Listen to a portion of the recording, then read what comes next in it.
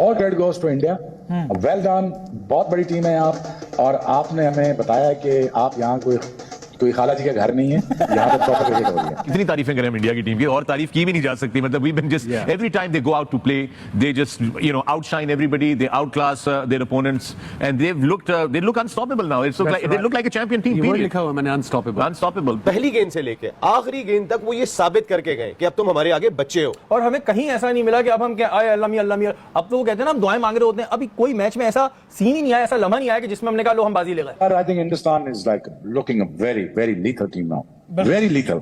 इस टूर्नामेंट में पता नहीं, बात की बातें तो नहीं, रैंकिंग की बातें बाद में करेंगे, लेकिन इस टूर्नामेंट में इनका कोई मैच इस वक्त नहीं है भाई लोग। हाँ, ईशान किशन सारी बर्बादी करके चला गया, पूरे मैच को बिगाड़ के चला गया। क्या खूबसूरत खेला, क्या खूबसूरत शॉटें मारता है, ये बहुत बड़ा प्लेयर है, और ये रियलाइज पता नहीं क्यों नहीं करता कि ये बहुत बड़ा प्लेयर है। जो रेंज ऑफ शॉट इसके पास है, इसको पीछे करोगे तो ये 10वीं रो पे मारेगा आपको। ये और बैट्समैन नहीं मार सकते, सर पे खा जाते हैं, ये मारता है फिर पीछे पीछे।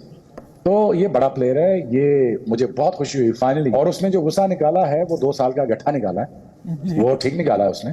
और आज सिचुएशन बिल्कुल परफेक्ट थी, और अप्रोच कितनी अग्रेसिव थी उसकी। ये है प्लेयर, मैंने कहा था क्यों जीता इंडिया, क्यों जीता। उसने बताया कि टेक्निकली प्लेयर और स्पिनर्स पे खेलने वाला, सेंसिबल खेलने वाला, सिचुएशन के हिसाब से खेलने वाला, 8 रन 8.5 रन कैसे करने उसने आपको बताया, और उसने हमारे हेड कोच को बताया जो बाहर बैठा हुआ है। इस तरह खेलते हैं क्रिकेट। क्या बात है यार, जीतते भी जा रहे हो, मारते भी जा रहे हो, घसीटते भी जा रहे हो, और साथ साथ ये भी बताते जा रहे हो भाई जी हटो बचो पीछे। पाकिस्तान की जो आवाम है ना, अल्लाह के वास्ते अपनी आंखें खोलो, इस मुल्क में टैलेंट नहीं है। झूठे हैं वो लोग जो बोलते हैं टैलेंट है, यही लोग घूम के दोबारा आएंगे। यही 20-25 की कहानी घूम रही है। जब सच आदि नहीं ने कहा है बोलते, 155 बन जाएगा, बड़ी बात है। मैं कहा क्या बोल रहे हो, आवाम से सच नहीं बोलते तो यही हाल होगा। बातें आसान नहीं है हजम करना, क्योंकि जिन प्लेयर्स को आपने किंग बनाया, जिनको आपने कहा कि इनको तो कोई खेल ही नहीं सकता दुनिया में, वो 2 साल से बहुत ही बुरी तरह से एक्सपोज हो रहे हैं। आज के बाद मैं किसी के मुंह से ये ना सुनूं कि पाकिस्तान की टीम इंडिया से अच्छी टीम है, पाकिस्तान की टीम आईसीसी इवेंट में हरा देगी, पाकिस्तान की टीम ये है, पाकिस्तान की टीम वो है।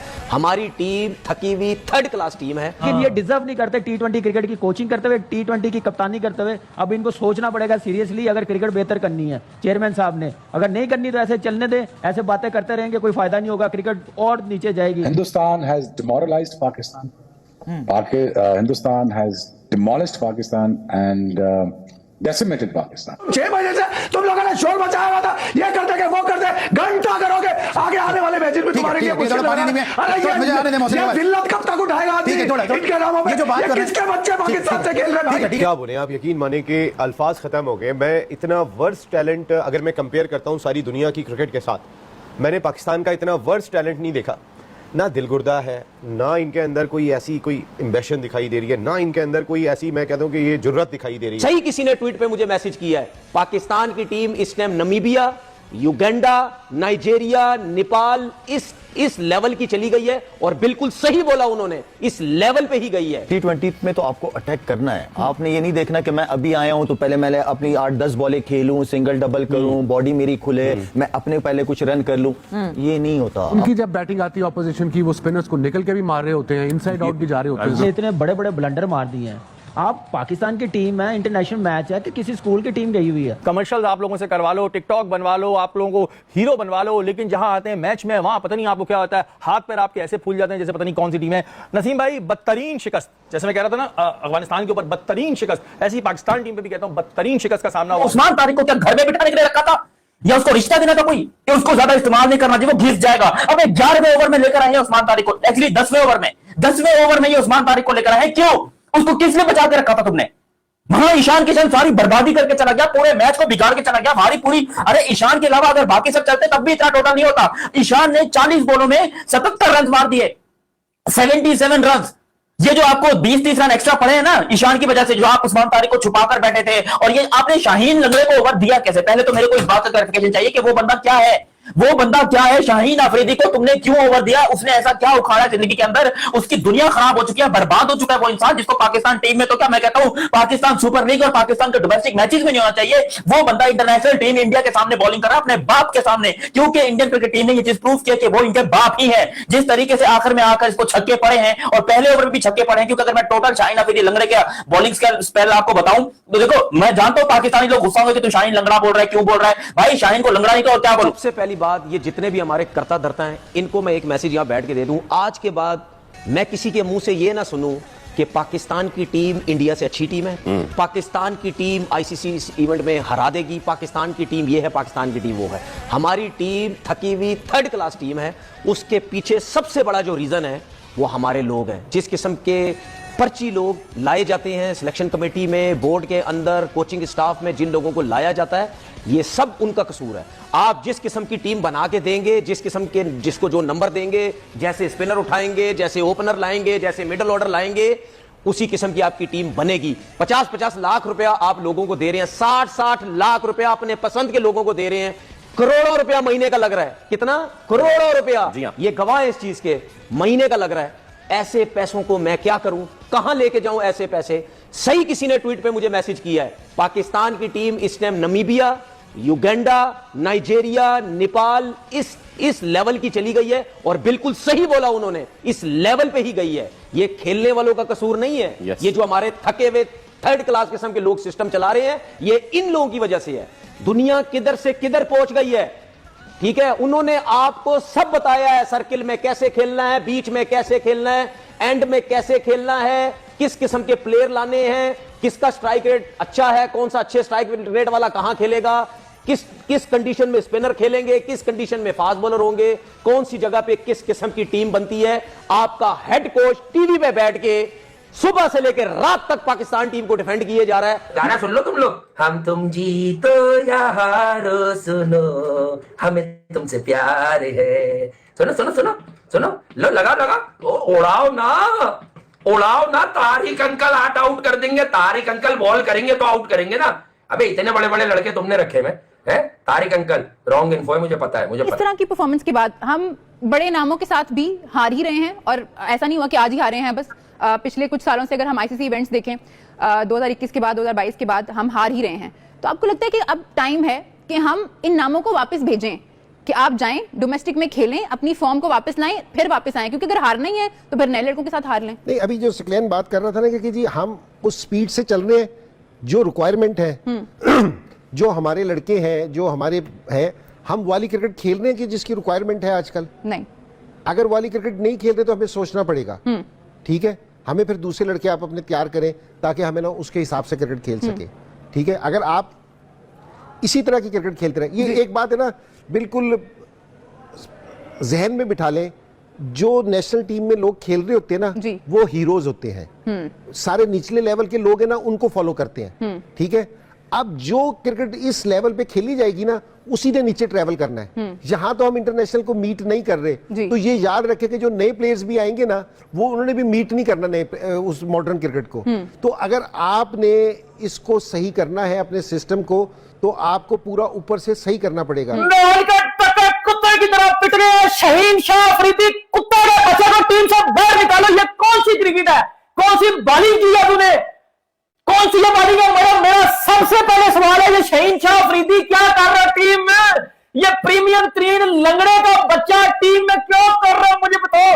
घंटा बज गया हमारा, पकड़ के इंडिया ने हमारा घंटा बजा दिया, घंटा बज गया। ये भैया ने 140-50 की पिच पे 175 रन खा गए। तो ये कौन सी क्रिकेट खेल दी है?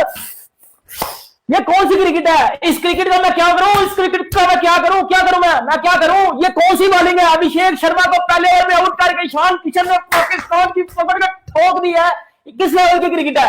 शहीन शाह अफरीदी को बॉलिंग करनी आती है। पहले ओवर में ये 15 रन खा रहा है, आखिरी ओवर में रिंकू सिंह ने जिसको जूता उतार के मारा। को इसकी बॉलिंग को मैं बोलूं क्या? जय हिंद दोस्तों। तो दोस्तों फाइनली भारत ने वो कारनामा कर दिया जो इस T20 वर्ल्ड कप में सबको एक्सपेक्टेड थी। मतलब भारत ने पाकिस्तान को हराकर जिस तरीके से इन पाकिस्तानियों के मुंह पर तमाचा मारा है, क्योंकि ये जो पाकिस्तानी बातें कर रहे थे कि हम भारत को हराएंगे, मतलब आप अंदाजा लगा सकते हैं कि भारत ने कितनी शानदार क्रिकेट खेली, चाहे बैटिंग में उसके बाद बॉलिंग में। मतलब दोनों शोबों में भारत ने कमाल कर दिया और इन पाकिस्तानियों को बताया कि किस तरीके से क्रिकेट खेली जाती है। मतलब आप अंदाजा लगा सकते हैं कि भारत ने पहले बल्लेबाजी करते हुए 175 रन बनाए, मतलब 176 रनों की टारगेट दिया, और पाकिस्तान क्रिकेट टीम के लिए कितनी मुश्किल का हो गया सामना कि ये बुरी तरीके से लेट गए भारत के सामने।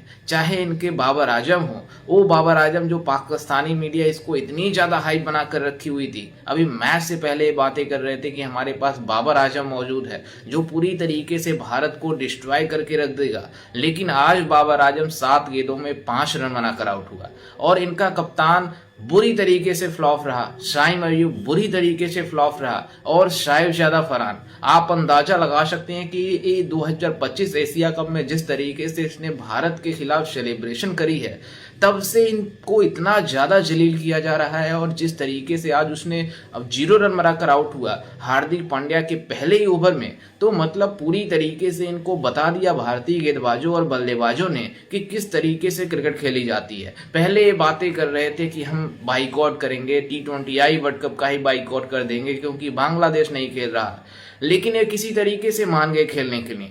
उसके बाद से बातें करना शुरू कर दिए तो हम किसी तरीके से तो मान गए, लेकिन भारत को नहीं छोड़ेंगे। भारत को जिस तरीके से जवाब देंगे फील्ड पर वो पूरी दुनिया देखेगी। लेकिन आज जिस तरीके से भारतीय टीम ने प्रदर्शन करी है, पहले बल्लेबाजी करते हुए जब अभिषेक शर्मा 0 रन पर आउट हुए तो ये पाकिस्तानी इतना ज्यादा खुशियां मना रहे थे और बातें कर रहे थे कि हम ये वर्ल्ड कप अब जीत गए, क्योंकि भारत को हरा दिए, मतलब सब कुछ कर लिया। लेकिन इन पाकिस्तानियों को ये नहीं पता था कि इसके बाद ईशान किशन भी इस टीम में मौजूद हैं। उन्होंने जिस तरीके से 44 गेंदों में 77 रनों की पारी खेली, वहीं से इन पाकिस्तानियों का मोराल इतना डाउन हो गया कि ये बुरी तरीके से एक्सपोज हो गए। इसका जो मिस्ट्री बॉलर था उस्मान तारिक, इस मतलब पाकिस्तानी कप्तान सलमान अली आगा ने इतनी बैड कैप्टनसी की है कि उसने 10वें ओवर में उसको उस्मान तारिक को लगाया बॉलिंग करने के लिए। उसके बाद वो भी बुरी तरीके से एक्सपोज हुआ, लेकिन सबसे ज्यादा एक्सपोज पाकिस्तानी गेंदबाजों में हुआ, वो है पाकिस्तान का premium fast bowler sofa Shaheen Afridi.